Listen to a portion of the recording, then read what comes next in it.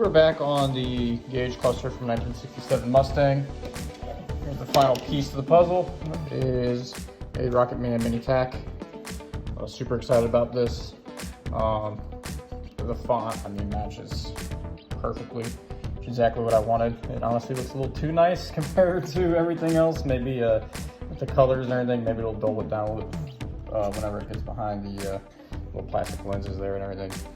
Came with a ton of options for wiring, which I know this can be found online because I actually found it online and saved it. But pretty easy, and the cool thing is he tells you a lot of the most common ignition coils and where to kind of hook them up. And then if you buy the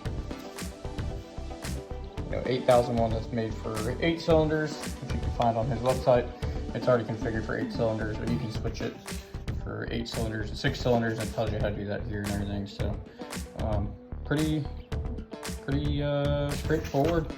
It was an easy one, and the installation looks even easier. So essentially you just have 3 wires, your ground, your hot, and then your ignition switch going to, on my case, have a electronics, so it'll be on the negative side of the coil, which seems to be the most common for aftermarket coils for tachometers. So get this gauge cluster and flip it over.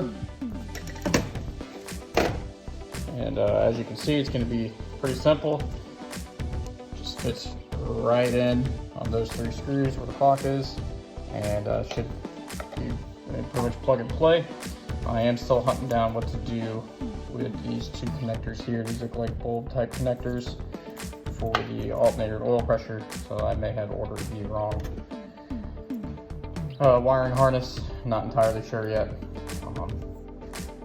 Asked around on Facebook and kind of got some helpful answers, kind of didn't. So I'm going to take this over and kind of start looking around to see if there's different clusters online that may or may not have the different type of connectors.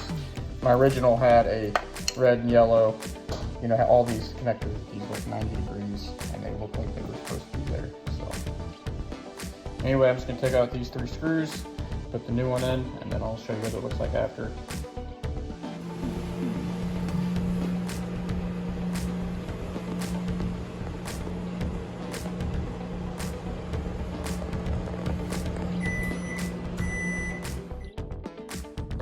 We're back with the new wiring harness. I forgot to hit time lapse, so that's my bad, but everything's fitting perfect as it should. Have all the right connectors.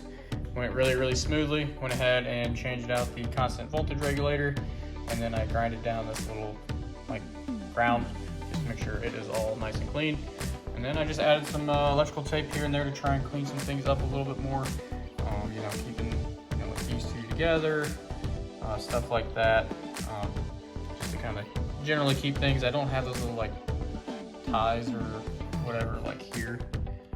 I have a factory one here that's supposed to hold this whole harness kind of tight up against the cluster, which would be nice. I don't have any, and the ones that I have one over here and it's broken, so I can kind of just tuck it in there, kind of hide them a little bit, keep it down. So pretty happy with it all. Now all I gotta do is just switch over the LEDs from the harness I had for the tachometer into my new one, and I will be good to go.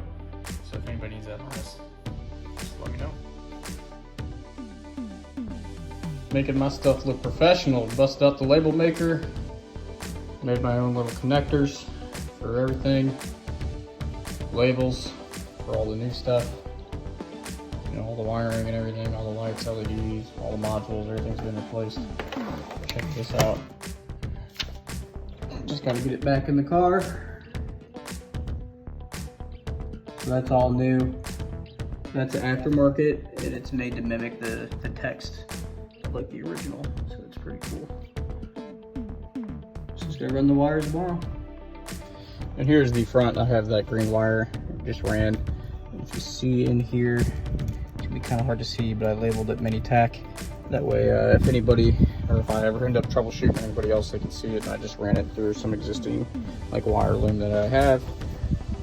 And that's not supposed to be like that. That's supposed to be facing there. So still got a lot of things finished up. Gonna try and find 12-volt power source.